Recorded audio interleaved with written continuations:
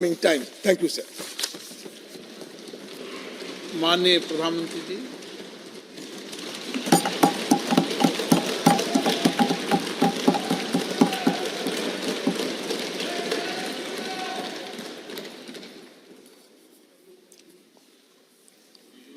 आदरणीय अध्यक्ष जी,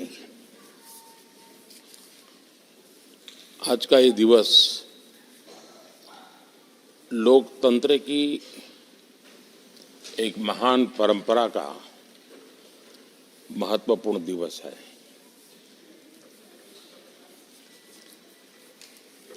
सत्रहवीं लोकसभा ने 5 वर्ष देश सेवा में जिस प्रकार से अनेकविध महत्वपूर्ण निर्णय किए, अनेक चुनौतियों को सबने अपने सामर्थ्य से देश को उचित दिशा देने का प्रयास, एक प्रकार से ही आज का दिवस हम सबकी उन 5 वर्ष की वैचारिक यात्रा का, राष्ट्र को समर्पित उस समय का,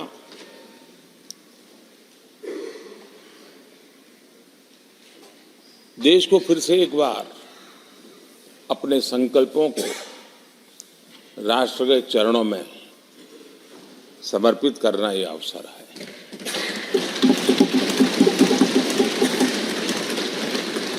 ये 5 वर्ष देश में रिफॉर्म, परफॉर्म एंड ट्रांसफॉर्म, ये बहुत रेयर होता है कि रिफॉर्म भी हो, परफॉर्म भी हो और हम ट्रांसफॉर्म होता अपनी आंखों के सामने देख पाते हो, एक नया विश्वास भरता हो। ये अपने आप में 17वीं लोकसभा से आज देश अनुभव कर रहा है और मुझे पक्का विश्वास है कि देश 17वीं लोकसभा को जरूर आशीर्वाद देता रहेगा।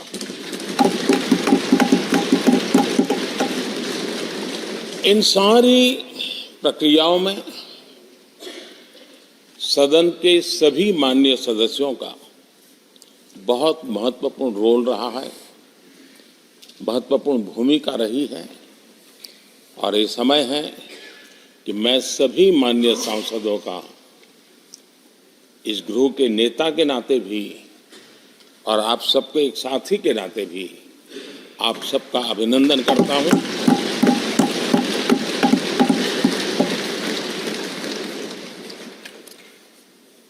विशेष रूप से आदरणीय अध्यक्ष जी, मैं आपके प्रति भी हृदय से बहुत बहुत आभार व्यक्त करता हूं।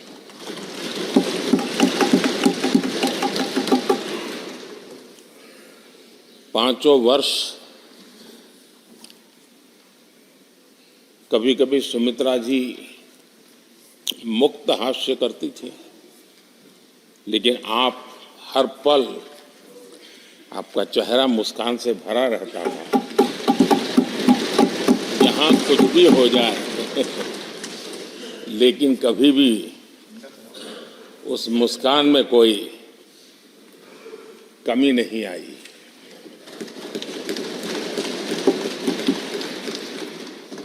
अनेकविध परिस्थितियों में आपने बहुत ही संतुलित भाव से और सच्चे अर्थ में निष्पक्ष भाव से इस सदन का मार्गदर्शन किया, सदन का नेतृत्व किया। मैं इसके लिए भी आपकी भूरी भूरी प्रशंसा करता हूं।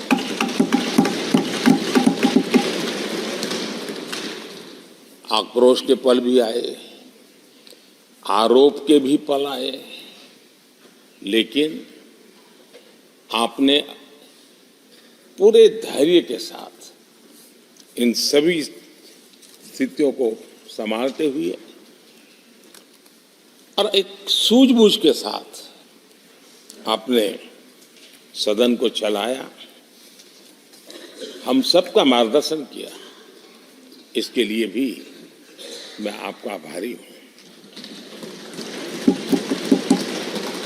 आदरणीय सभापति जी, इस 5 वर्ष में इस सदी का सबसे बड़ा संकट पूरी मानव जात ने झेला।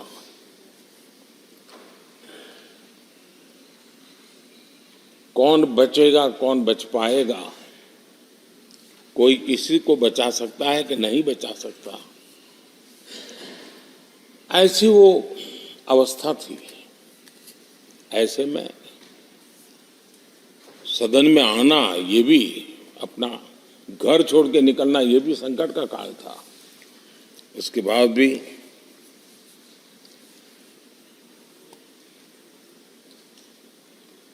जो भी नई व्यवस्थाएं करनी पड़ी, आपने उसको किया।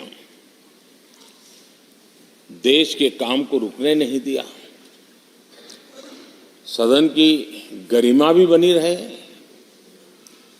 और देश के आवश्यक कामों को जो गति देनी चाहिए, वो गति भी बनी रहे। और उस काम में सदन की जो भूमिका है, वो रत्ती भर भी पीछे न रहे। इसको आपने बड़ी कुशलता के साथ संभाला और दुनिया के लिए एक उदाहरण के रूप में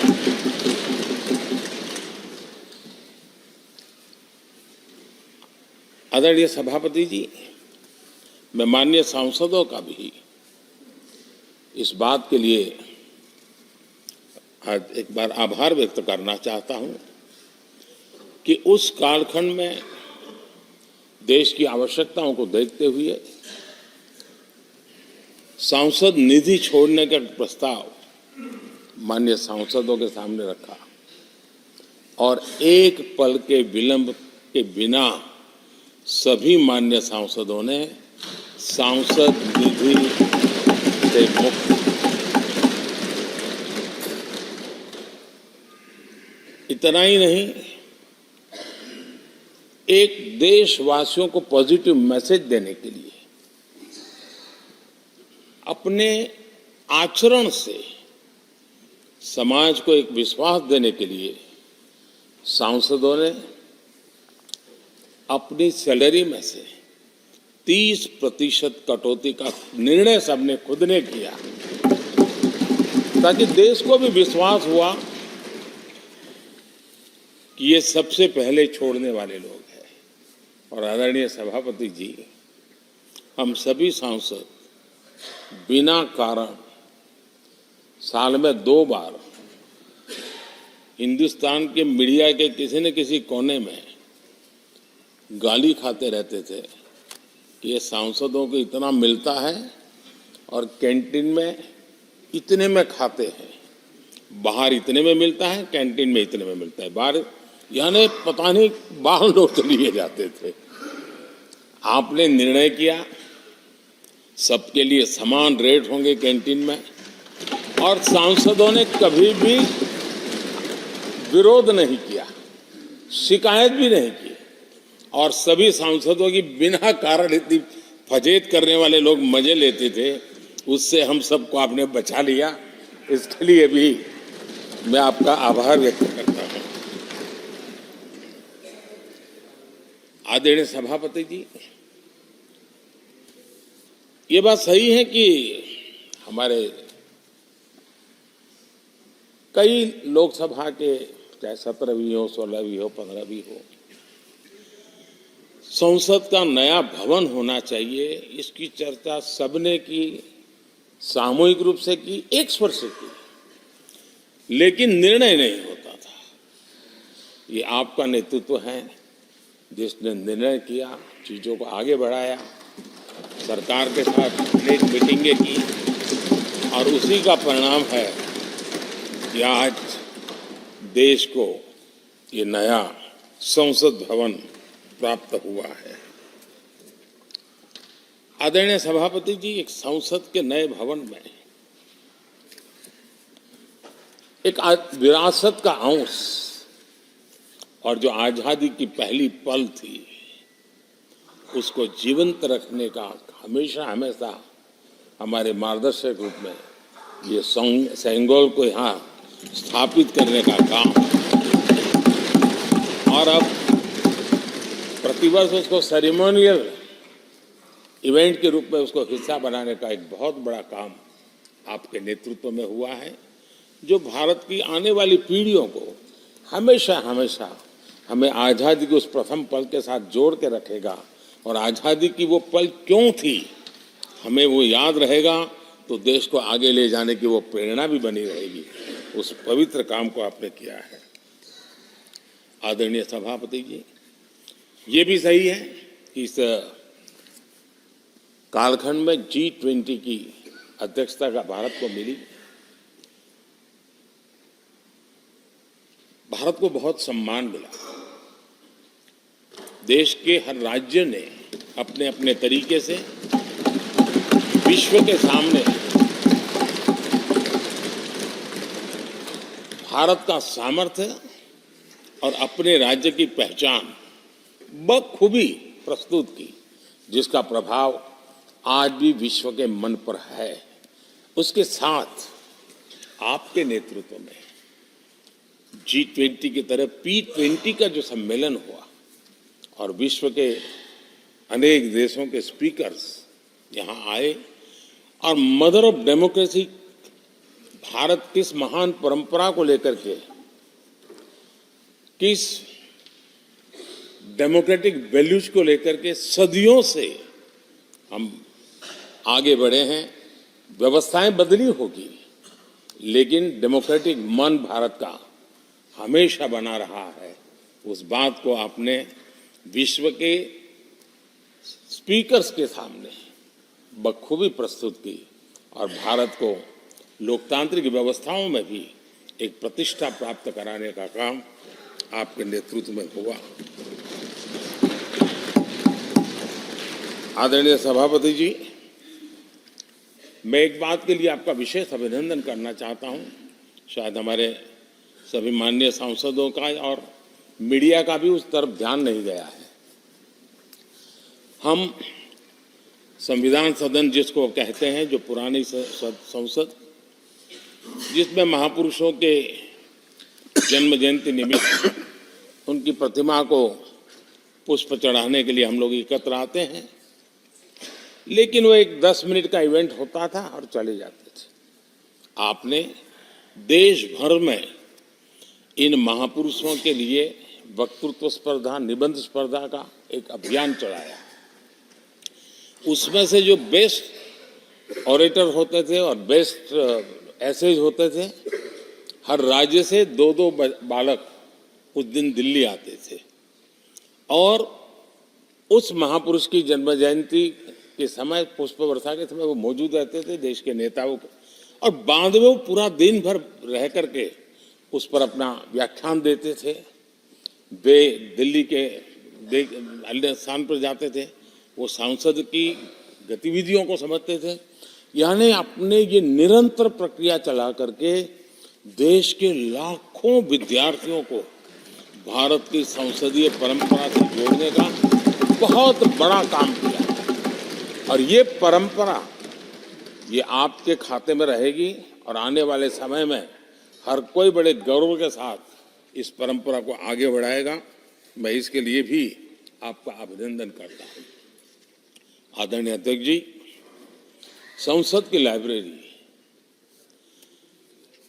जिसको उपयोग करना चाहिए वो कितना कर पाते थे वो तो मैं नहीं कह सकता हूं, लेकिन आपने उसके दरवाजे सामान्य व्यक्ति के लिए खोल दिए। ज्ञान का ये खजाना, परंपराओं की विरासत, उसको आपने जन सामान्य के लिए खोल करके बहुत बड़ी सेवा की है। मैं इसके लिए भी आपका हृदय से अभिनंदन करता हूं। पेपरलेस पार्लियामेंट, डिजिटलाइजेशन, आपने आधुनिक टेक्नोलॉजी हमारी व्यवस्था में कैसे बने। शुरू में कुछ साथियों को दिक्कत रही, लेकिन अब सब इसके आदी हो गए हैं। सब मैं देखता हूं, जब यहाँ बैठे हैं तो कुछ न कुछ करते रहते हैं। तो अपने आप में एक बहुत बड़ा काम आपने किया है। ये एक स्थायी व्यवस्थाएं आपने निर्माण की है। मैं इसके लिए आपका बहुत आभार व्यक्त करता हूँ। आदरणीय अध्यक्ष जी, आपकी कुशलता और माननीय सांसदों की जागरूकता, उन सबका संयुक्त प्रयास मैं कह सकता हूं कि जिसके कारण 17वीं लोकसभा की प्रोडक्टिविटी करीब करीब 97% रही है।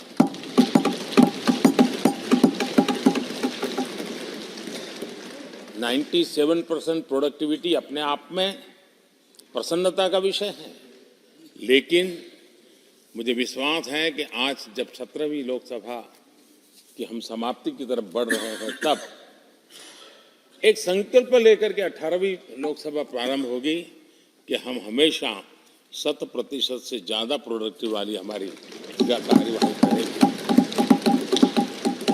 और उसमें भी 7 सत्र 100% से भी ज्यादा प्रोडक्टिविटी वाले रहेंगे।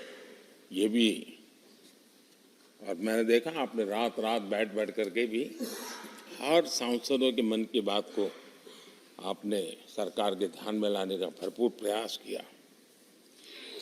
मैं इन सफलता के लिए सभी माननीय सांसदों का और सभी फ्लोर लीडर्स का भी हृदय से आभार और अभिनंदन व्यक्त करता हूं। पहले सत्र में, 17वीं लोकसभा के पहले सत्र में दोनों सदन ने 30 विधेयक पारित किए थे। ये अपने आप में रिकॉर्ड है।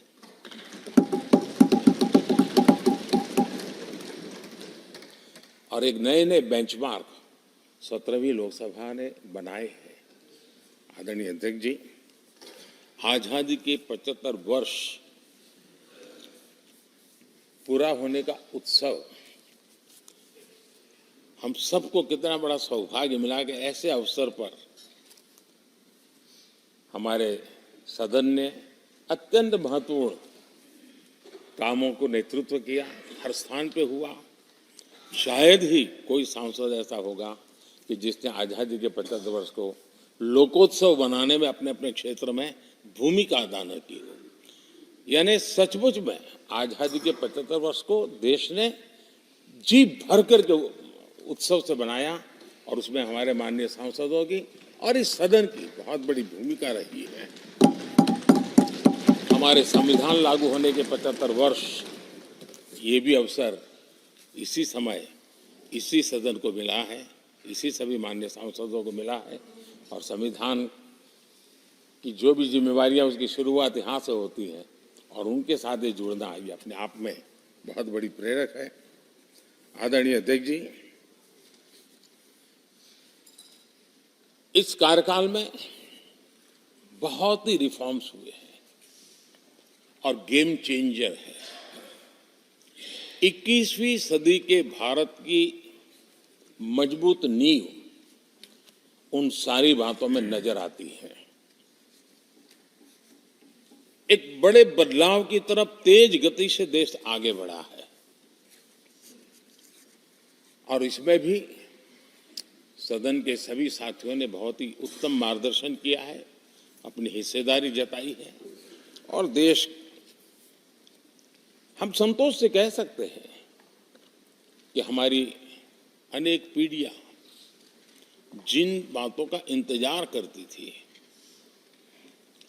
ऐसी बहुत से काम इस 17वीं लोकसभा के माध्यम से पूरे हुए।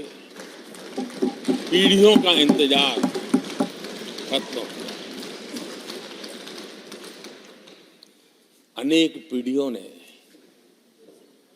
एक संविधान, इसके लिए सपना देखा था, लेकिन हर पल उस संविधान में एक दरार दिखाई देती थी, एक खाई नजर आती थी, एक रुकावट चुभती थी।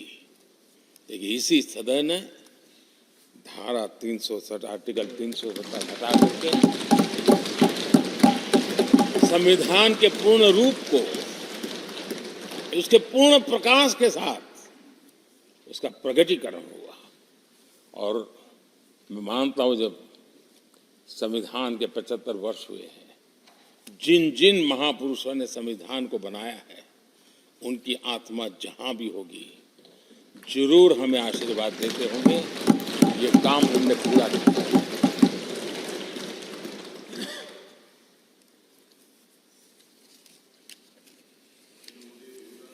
कश्मीर के भी जम्मू कश्मीर के लोगों को सामाजिक न्याय से वंचित रखा गया था। आज हमें संतोष है कि सामाजिक न्याय का जो हमारा कमिटमेंट है वो हमारे जम्मू कश्मीर के भाई बहनों को भी पहुंचा करके हम आज एक संतोष की अनुभूति कर रहे हैं। आदरणीय अध्यक्ष जी, आतंकवाद नासूर बनके देश के सीने पर गोलियां चलाता रहता था। मां भारती की धरा आए दिन रक्त रंजित हो जाती थी। देश के अनेक वीर होनहार लोग आतंकवाद के कारण बलि चढ़ जाते थे। हमने आतंकवाद के विरुद्ध सख्त कानून बनाए, इसी सदन ने बनाए। मुझे पक्का विश्वास है कि उसके कारण जो लोग ऐसी समस्याओं का लिए जूझते हैं उनको एक बल मिला है, मानसिक रूप के उनका कॉन्फिडेंस बढ़ा है और भारत को पूर्ण रूप से आतंकवाद से मुक्ति का उसमें एक एहसास हो रहा है और वो सपना भी सिद्ध होके रहेगा।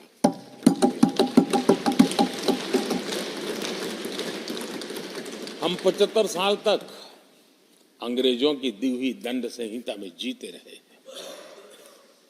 हम गर्व से कहेंगे, देश को, नई पीढ़ी को कहेंगे, आप अपने पोते पोती को कह सकेंगे गर्व से कि देश 75 साल भले दंड संहिता में जिया, लेकिन अब आने वाली पीढ़ी न्याय संहिता में जिएगी और यही सच्चा लोकतंत्र है। आदरणीय अध्यक्ष जी, मैं आपका एक बात के लिए और अभिनंदन करना चाहूंगा कि नया सदन, इसकी भव्यता वगैरह तो है ही, लेकिन उसका प्रारंभ एक ऐसे काम से हुआ है जो भारत की मूलभूत मान्यताओं को बल देता है और वो नारी शक्ति वंदन अधिनियम। जब भी इस नए सदन की चर्चा होगी तो नारी शक्ति वंदन अधिनियम इसका जिक्र होकर के, यानी एक, और भले ही वो छोटा सत्र था लेकिन दूरगामी निर्णय करने वाला सत्र था। इस नए सदन की पवित्रता का एहसास उसी पल शुरू हो गया था जो हम लोगों को एक नई शक्ति देने वाला है और उसी का परिणाम है कि आने वाले समय में जब बहुत बड़ी मात्रा में यहाँ हमारी माताएं बहनें बैठी होगी, देश गौरव की अनुभूति।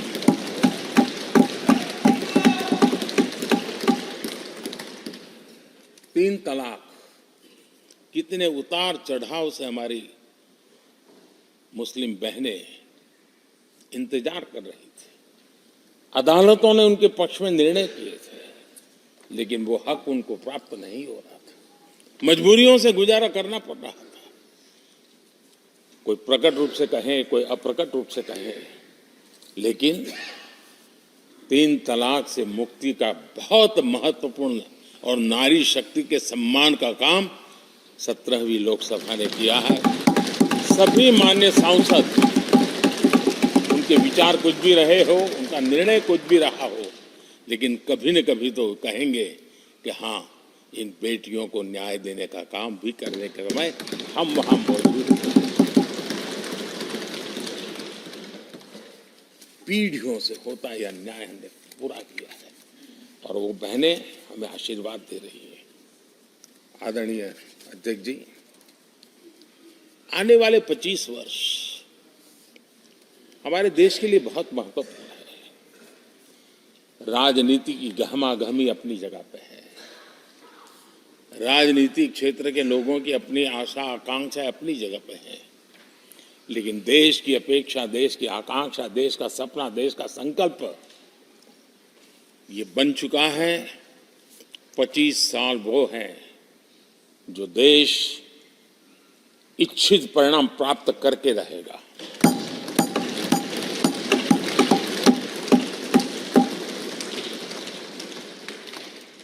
(1930) में जब महात्मा गांधी जी ने दांडी की यात्रा की थी, नमक का सत्याग्रह था,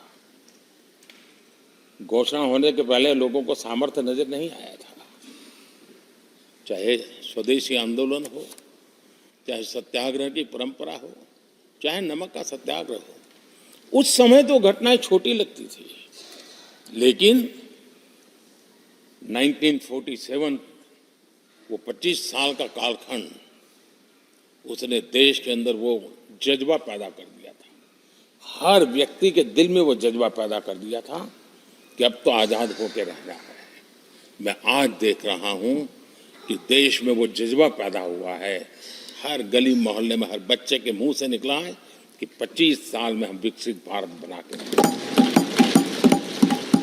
इसलिए ये 25 साल मेरी देश की युवा शक्ति के अत्यंत महत्वपूर्ण कालखंड है, और हम में से कोई ऐसा नहीं होगा जो नहीं चाहता होगा कि 25 साल में देश विकसित भारत न बने। हर किसी का सपना है। कुछ लोगों ने सपने को संकल्प बना लिया है, कुछ लोग शायद संकल्प बनाते देर हो जाएगी, लेकिन जुड़ना हर एक को होगा। और जो जुड़ भी नहीं पाएंगे और जीवित होंगे तो फल तो जरूर खाएंगे। ये मेरा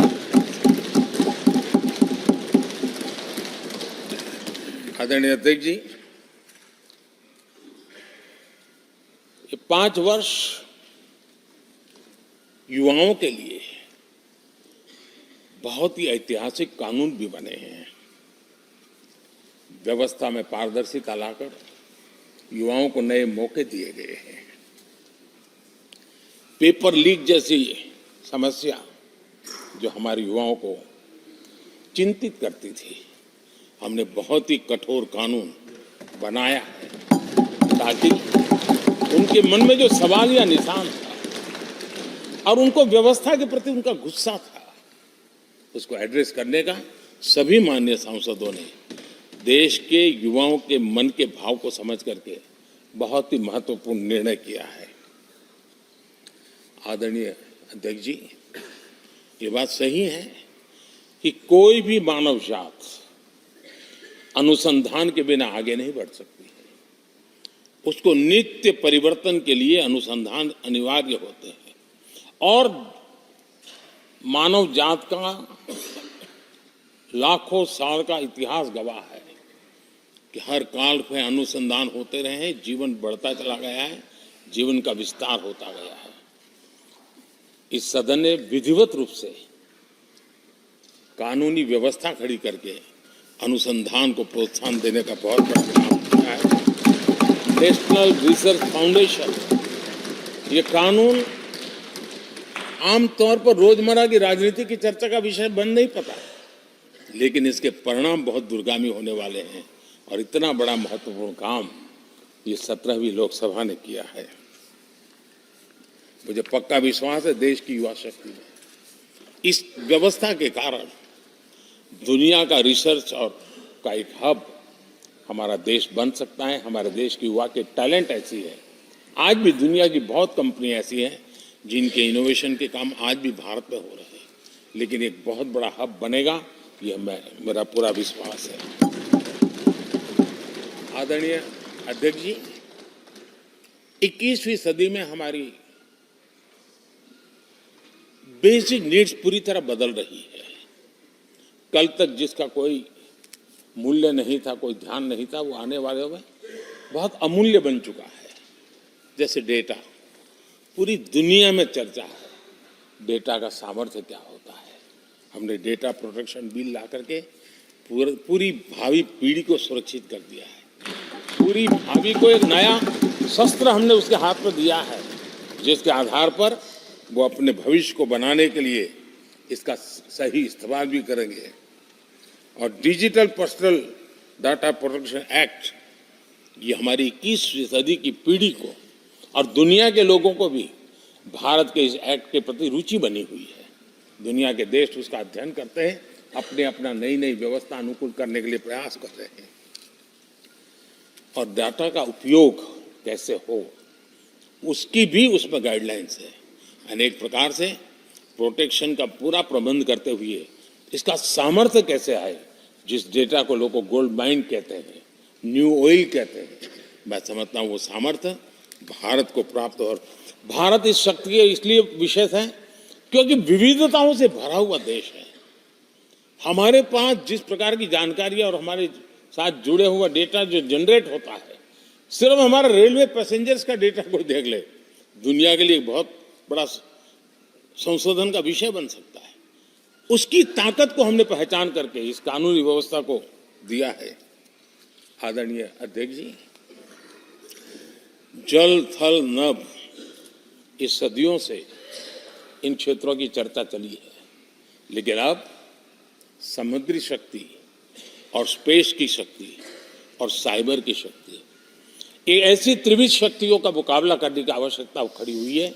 और विश्व जिस प्रकार के संकटों से गुजर रहा है और विश्व जिस प्रकार के विचारे प्रभाव पैदा करने का प्रयास कर रहे हैं, तब इन क्षेत्रों में हमें सकारात्मक सामर्थ्य भी पैदा करना है और नकारात्मक शक्तियों से अपने आप को हर चुनौतियों को चुनौती लेने का सामर्थ्य भी बनाना है। और उसके लिए आवश्यक स्पेस से जुड़े रिफॉर्म्स बहुत अनिवार्य थे और बहुत दूरगामी दृष्टि के साथ स्पेस के रिफॉर्म का काम हमारे यहाँ हुआ है। आदरणीय अध्यक्ष जी, देश ने जो आर्थिक रिफॉर्म किए हैं उसमें 17वीं के लोकसभा के सभी माननीय सांसदों की बहुत बड़ी भूमिका रही है। बीते वर्षों में हजारों कंप्लायंसेस बेवजह हम जनता जनार्दन को ऐसी चीजों में उलझाए रखा। ये गवर्नेंस की एक ऐसी विकृत व्यवस्था विकसित हो गई, उसमें से मुक्ति दिलाने का बहुत बड़ा काम हमारे यहाँ हुआ है। और इसके लिए भी ये सदन का मैं आभारी हूं।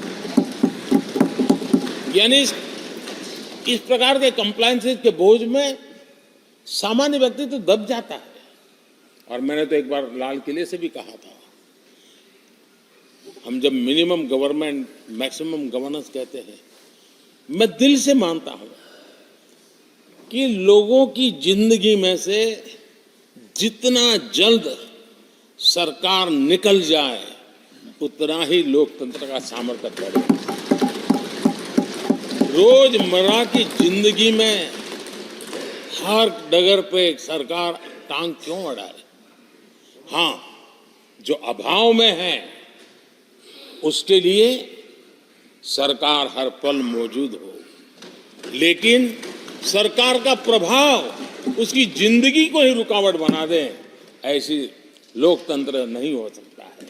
और इसलिए हमारा मकसद है सामान्य मानवी की जिंदगी से सरकार जितनी हट जाए, कम से कम उसकी जिंदगी में सरकार का नाता रहे, वैसा समृद्ध लोकतंत्र दुनिया के सामने हमने आगे बढ़ाना चाहिए। उस सपने को पूरा करेंगे।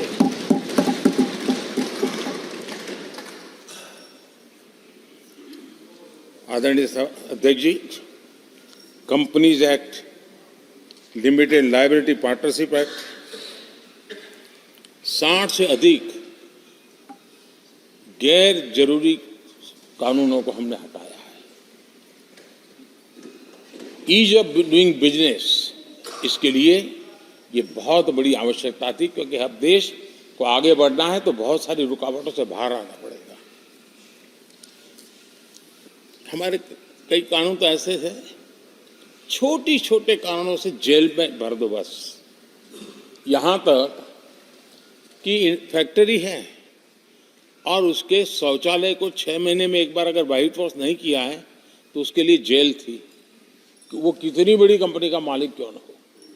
अब ये जो एक प्रकार की जो अपने आप को बड़े लेफ्ट लिबरल कहते हैं, उन लोगों की आइडियोलॉजी, और देश में ये तुमारशाही का जमाना, उन सारों से मुक्ति दिलाने का हमें हमें भरोसा होना चाहिए भाई।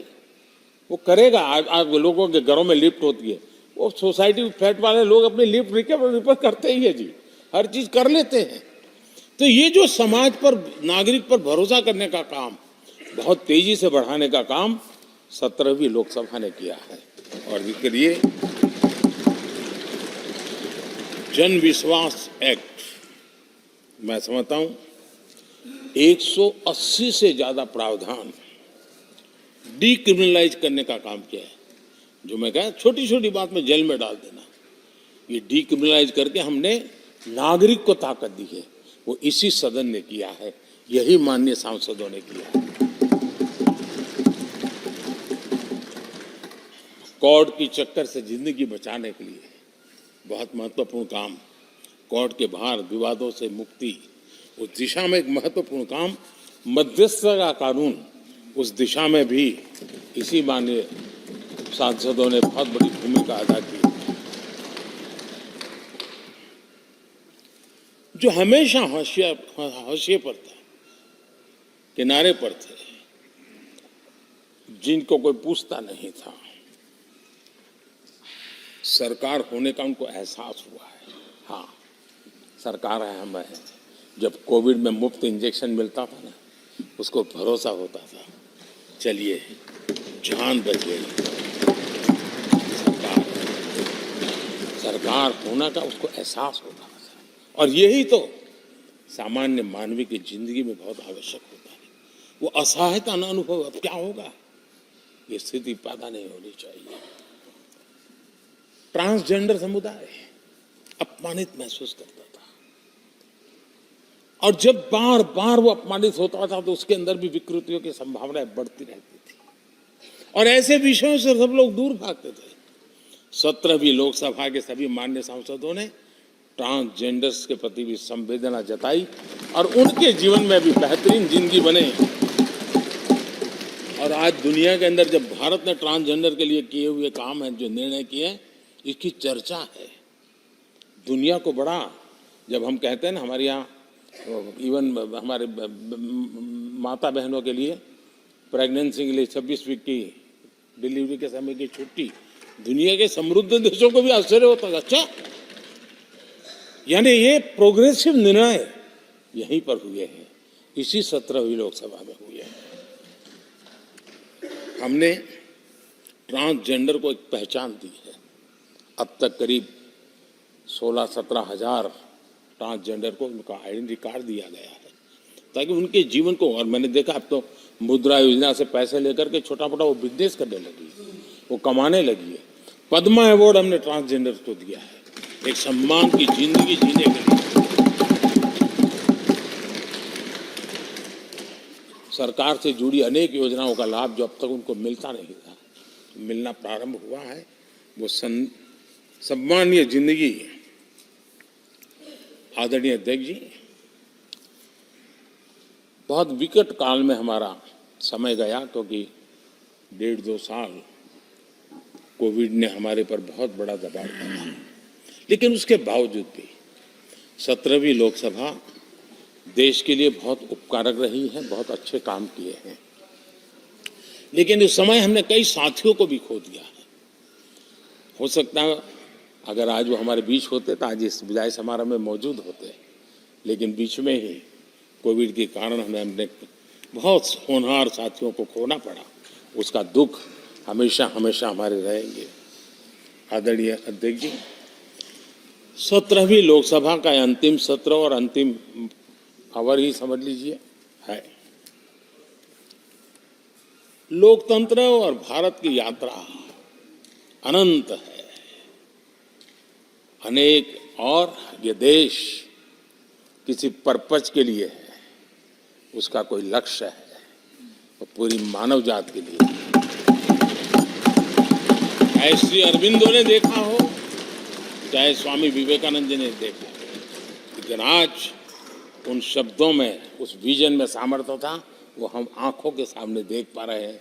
दुनिया जिस प्रकार से भारत के महात्म्य को स्वीकार कर रही है, भारत के सामर्थ्य को स्वीकारने लगी है, और उसको, उस यात्रा को हमें और शक्ति के साथ आगे बढ़ाना है।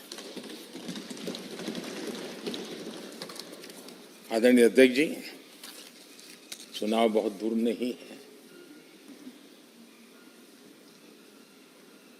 कुछ लोगों को थोड़ी घबराहट रहती होगी,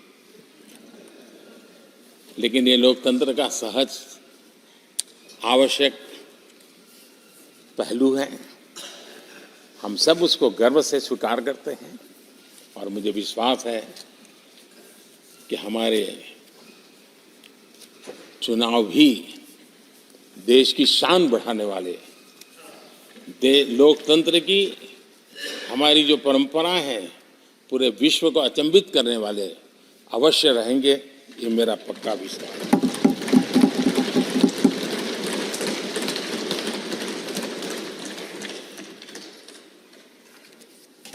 आदरणीय अध्यक्ष जी, मैं सभी माननीय सांसदों का जो सहयोग मिला है, जो निर्णय हम कर पाए हैं, और कभी कभी हमले भी इतने मज़ेदार हुए हैं कि हमारे भीतर की शक्ति भी खिल करके निकली है। और मेरा तो परमात्मा की कृपा रही है कि मुझे जब चुनौती आती है तो ज़रा और आनंद आता है। हर चुनौती को हम सामना कर पाए हैं, बड़े आत्मविश्वास और विश्वास के साथ हम चले हैं। आज राम मंदिर को लेकर के इस सदन ने जो प्रस्ताव पारित किया है, वे देश की भावी पीढ़ी को इस देश के मूल्यों पर गर्व करने की संवैधानिक शक्ति देगा। ये सही है कि हर किसी में ये सामर्थ्य नहीं होता है कि ऐसी चीजों में तो कोई हिम्मत दिखाते हैं, कुछ लोग मैदान छोड़ के भाग जाते हैं, लेकिन फिर भी